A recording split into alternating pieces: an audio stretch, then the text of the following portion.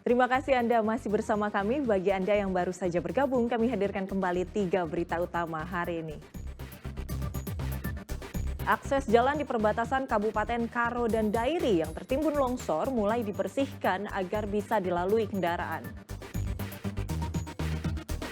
Seorang wisatawan asal Medan hilang terseret ombak saat bersuah foto di pantai di Tulung Agung, Jawa Timur. Puluhan mantan pemakai dan pecandu narkoba di Medan menjalani rehabilitas di alam terbuka.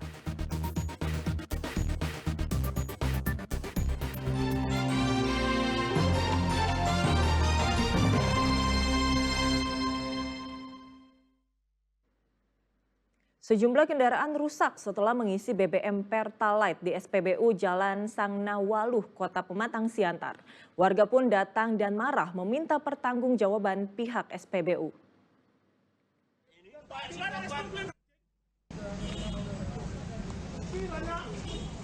Sejumlah warga datang dan meluapkan kemarahannya ke SPBU di kawasan Jalan Sangnawaluh, Kota Pematang Siantar. Kamis siang itu warga emosi karena usai membeli BBM jenis Pertalite, mereka menemukan BBM tersebut bercampur dengan air. Akibatnya kendaraan yang digunakan jadi rusak. Tak hanya kendaraan pribadi, sejumlah sopir angkot juga mengeluh kendaraannya mogok usai membeli BBM di lokasi tersebut. Jam 8:05. Jadi pas habis itu langsung mati ya Pak? Langsung mati total. Terus kita dengar dari masyarakat yang di situ bahwa di sini ada kejadian memang udah banyak yang komplain, kita datang ke sini menuntut gimana apanya. Terus jadi, mobil abang sekarang gimana? Kita mau diderek bang. Mau diderek kemarin. Kesini. Sudah minta pertanggungjawaban dari pihak SPBU? Pertanggungjawabannya gimana bang? Tapi sudah nanya. Tadi gimana? Dibagusin, karena kan sini kan mobil kan tidak ada, itu kan kerusakannya kan harus dibawa ke showroom. Yeah. Karena kan mobil saya kan elektronik semua itu, bukan mobil yang di mana kan. Cuma belum ada responnya sampai keputusannya, menunggu dari toke atau gimana. Sementara tokenya sampai sekarang belum datang. Sementara itu belum ada penjelasan dari pihak SPBU. Polisi pun turun tangan untuk menelusuri kasus ini dengan mengambil sampel BBM. Hingga kini SPBU kawasan Jalan Sangnawaluh belum beroperasi kembali. Yana Asmara melaporkan dari Pematang Siantar.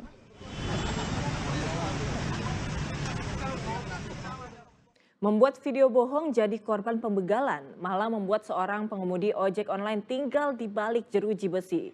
Awalnya pelaku membuat video bohong untuk kelabui istri usai menginap di tempat wanita lain.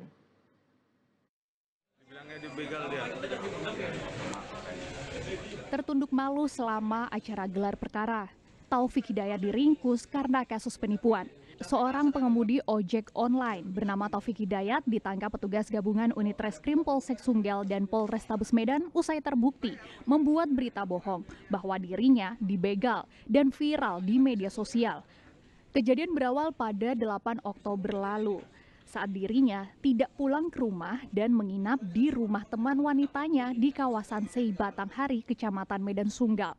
Karena takut dimarahi sang istri, tersangka pun akhirnya merangkai cerita bohong dengan dibegal orang kepada sang istri. Untuk meyakinkan cerita bohongnya pada sang istri, tersangka kemudian mengoyak celana jeansnya dan membuat rekaman video bohong seolah-olah terjadi pembegalan. Selanjutnya ia membagikan video tersebut pada teman ojek online-nya. Bukannya berhasil, namun ternyata aksinya mengakibatkan dirinya harus berada di balik jeruji besi. Sebab usai video tersebut viral, petugas kepolisian pun menyelidiki kasusnya dan memeriksa beberapa orang saksi termasuk tersangka. Selain terbukti membuat berita bohong, tersangka pun dinyatakan positif menggunakan narkoba setelah dilakukan tes urin di Polrestabes Medan.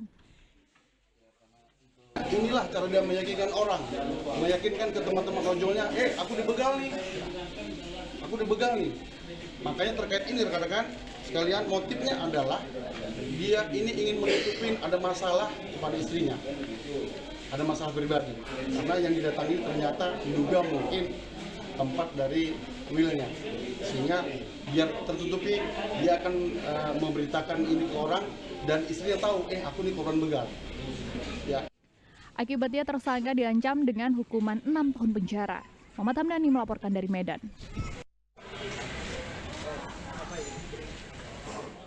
Puluhan mantan pemakai dan pecandu narkoba menjalani rehabilitas di alam terbuka. Kegiatan ini sekaligus rekreasi dan pemberian siraman rohani.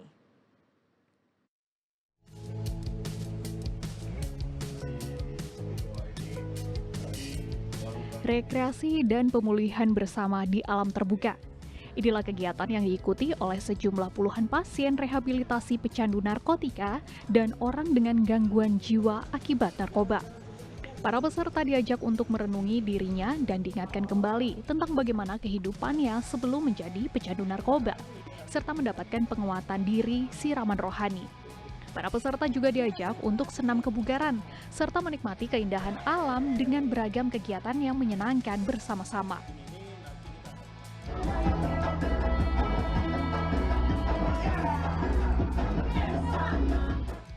Program penyadaran diri di alam terbuka ini merupakan agenda rutin yang diberikan kepada mantan pecandu narkoba dan orang dengan gangguan jiwa akibat narkoba yang telah memasuki masa pemulihan hingga dinyatakan sembuh.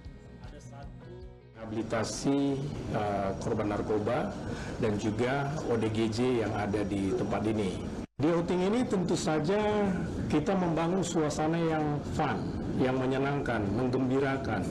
Ada permainan-permainan di air dan juga permainan ada di hall, dan salah satu adalah ada nanti bimbingan penyegaran di sana.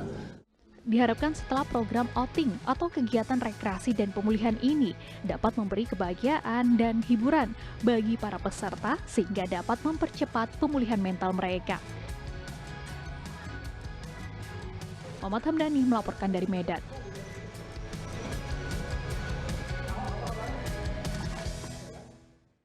Lubuk Larangan, sebuah sungai dengan ribuan ekor ikan di Mandailing, Natal. Apa saja keunikan di lokasi ini? Berikut informasi selengkapnya. Lubuk Larangan, sebuah tempat di Desa Tambangan Jahe di Kabupaten Mandailing, Natal. Nah, tempat ini memiliki keunikan dan juga dipercaya menjadi tempat yang sakral. Terdapat sebuah sungai di bawah jembatan Tambangan Jahe. Berbagai macam jenis ikan air tawar berkembang di sini. Ikan lele, ikan mas, juga ikan jurung. Ikan-ikan di sungai ini hidup bebas dan tidak satu warga pun berkeinginan untuk mengambil seekor ikan. Begitu juga warga dari luar daerah. Tidak pernah berani untuk mengambil ikan di lokasi ini. Konon kabarnya, ikan-ikan yang ada di Lubuk Larangan ini usianya sudah puluhan tahun. Ikan itu hidup bebas dan berkeliaran berkembang disebabkan adanya mitos yang berkembang di tengah masyarakat sejak ratusan tahun lalu. Mitosnya, jika ada yang mencuri atau mengambil ikan di lokasi Lubuk Larangan akan mengalami hal yang buruk. Tapi tenang, di lokasi ini pengunjung bisa tetap berinteraksi dengan ikan dan bisa menyentuh secara langsung serta memberi makan dengan pelet ikan. Wilayah yang di bawah jembatan ini kita biarkan, jadi di sini mereka bisa berkembang biak, tidak diganggu. Kemudian anak-anak ikan yang hasil perkembangbiakan dari indukan-indukan ini akan menyebar ke wilayah-wilayah yang ada di hulu maupun di hilir dari Sungai Tambangan ini, Pak. Cukup efektif, Bang, ya, dengan pelestarian seperti ini? Ya, sejauh ini sangat efektif karena manfaatnya juga sudah dirasakan baik masyarakat yang ada di wilayah Tambangan Jahe ini. Nah, gimana? Tertarik juga untuk datang ke sini? Yana Asmara melaporkan dari Kabupaten Mandailing, Natal.